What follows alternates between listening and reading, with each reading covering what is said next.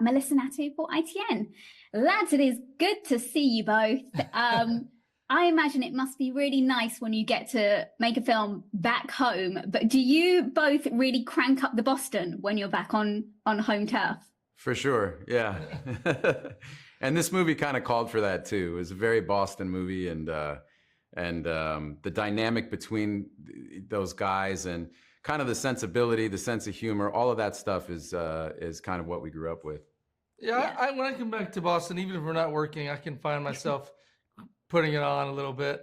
But now Boston's kind of changed, so not everyone has this big, heavy Boston accent. So sometimes you're walking around putting on your Boston, and people are looking at you like, "Where's this guy from?"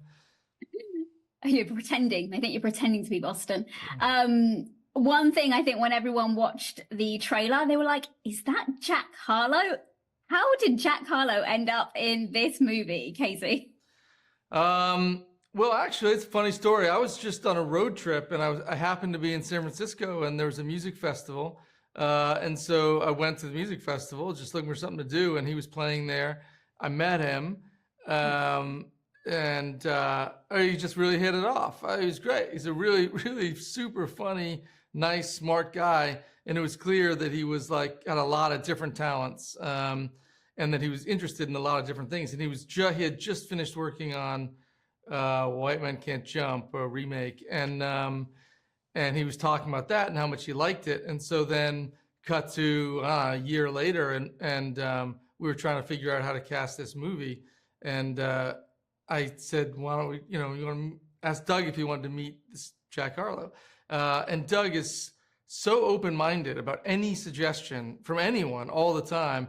He said, "Yeah, okay, sure." And he got on a Zoom with him, and he loved him right away, and boom, he's in the movie, and he does an incredible job. He's a really good actor, Jack. He was really very, very present, very in the moment, just excellent.